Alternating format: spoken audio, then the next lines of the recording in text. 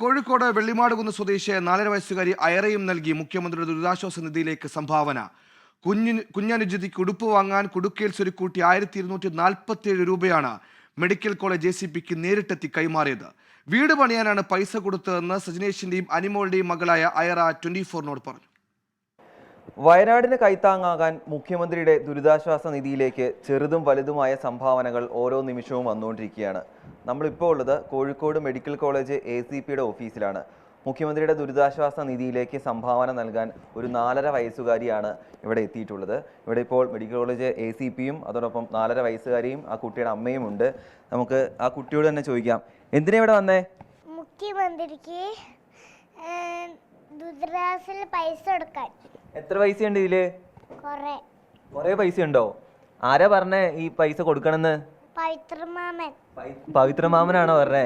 ഇത് എങ്ങനെ കിട്ടിയ പൈസ? ഇത് കുക്കുന് വാങ്ങിക്കാന് ബോസിലുണ്ടായി. കുക്കു എന്താ? കുക്കു ആരാ? വാവയാണോ? വാവയ്ക്ക് സമ്മാനം വാങ്ങാൻ വെച്ചിരുന്ന പൈസയാണോ? അപ്പൊ നമുക്ക് എന്തായാലും ഈ കുടുക്കയിൽ എത്ര രൂപയുണ്ടെന്ന് നോക്കാം അല്ലേ? അപ്പൊ അയറവാവയുടെ ആ കുടുക്ക പൊട്ടിച്ചിട്ടുണ്ട്. പണം എണ്ണി തിട്ടപ്പെടുത്തിയിട്ടുണ്ട്. സാറേ, എത്ര രൂപയുണ്ട് നമ്മുടെ അയറവാവയുടെ? 1247 രൂപ. ഇതൊരു വലിയൊരു സന്ദേശമാണ്. കുട്ടി ഇങ്ങനെ TV-യിലും ഇതിലൊക്കെ പത്രത്തിലും കണ്ട് കുറേ ആൾക്കാർ വീട് നഷ്ടപ്പെട്ടു പോയി കണ്ടപ്പോൾ തനിക്ക് ചെയ്യാൻ പറ്റുന്ന കാര്യം താൻ ചെയ്യുക എന്ന രീതിയിലേക്ക് ഒരു കുട്ടിയുടെ ഒരു എഫേർട്ട്. അത് കുഞ്ഞുവാവയ്ക്ക് ഉടുപ്പ് വാങ്ങാൻ, കളിപ്പാട്ടം വാങ്ങാൻ വേണ്ടി ഞാൻ സംഭരിച്ച് വെച്ച പൈസയാണ്. ഞാനിപ്പോൾ എന്ത് കൊടുക്കുകയാണെന്ന് പറഞ്ഞിട്ട് കുട്ടി വന്നിരിക്കുന്നു. അതിന് ഞങ്ങൾ ചെറിയൊരു മധുരം കൊടുത്ത് ഞങ്ങളും കുട്ടിയെ ആദരിക്കുകയാണ്.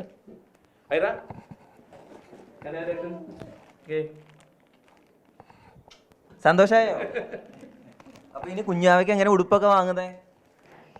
ഓഗസ്റ്റിൽ വാങ്ങുവോ? അപ്പൊ ആ പൈസയല്ലേ നമ്മളിപ്പോ മുഖ്യമന്ത്രിക്ക് കൊടുത്തത്. അപ്പൊ എങ്ങനെ വാങ്ങും ഇനി?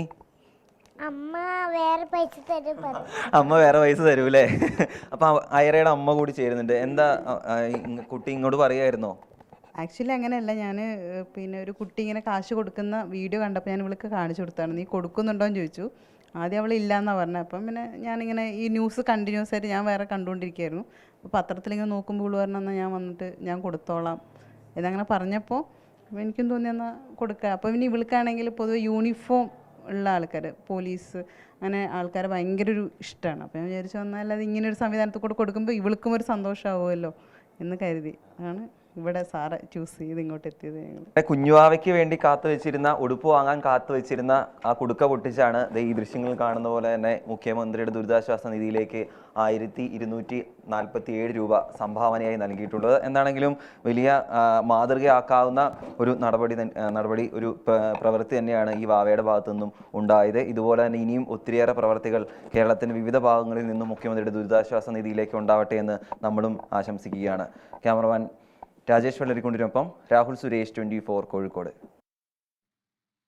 ജീവിതം എന്തെന്നറിയും മുമ്പ് തന്നെ തൻ്റെ സഹജീവികളോടുള്ള കരുതലും സ്നേഹവായ്പം കൊടുക്കുന്ന അയറമൂളയ്ക്കുള്ള നാടാണ് നമ്മൾ. ഈ ദുരന്തവും അതിജീവിക്കും. അങ്ങനെ സഹായഹസ്തങ്ങൾ മുണ്ടക്കയിലേക്ക് പല വഴികളിൽ നിന്ന്, സംസ്ഥാനത്തിൻ്റെ വിവിധ ഭാഗങ്ങളിൽ നിന്ന്, രാജ്യത്തിൻ്റെ വിവിധ ഭാഗങ്ങളിൽ നിന്ന് ഒഴുകുകയാണ്. പലപ്പോഴും ചില സമയങ്ങളിൽ കളക്ട്രേറ്റുകൾ, കളക്ഷൻ പോയിന്റുകൾ ഇന്ന സാധനം ആവശ്യമുണ്ടെന്ന് പറഞ്ഞ് ഞൊടിക്കിടയിൽ ആ സാധനങ്ങൾ കൊണ്ട് കളക്ട്രേറ്റുകൾ നിറയുന്ന വാർത്ത നമ്മൾ കണ്ടു. നിങ്ങൾ ഇനി സാധനങ്ങൾ കൊണ്ടുവരേണ്ട എന്ന് ചില ഘട്ടത്തിൽ അധികാരികൾക്ക് പറയേണ്ടത് നമ്മൾ കണ്ടു.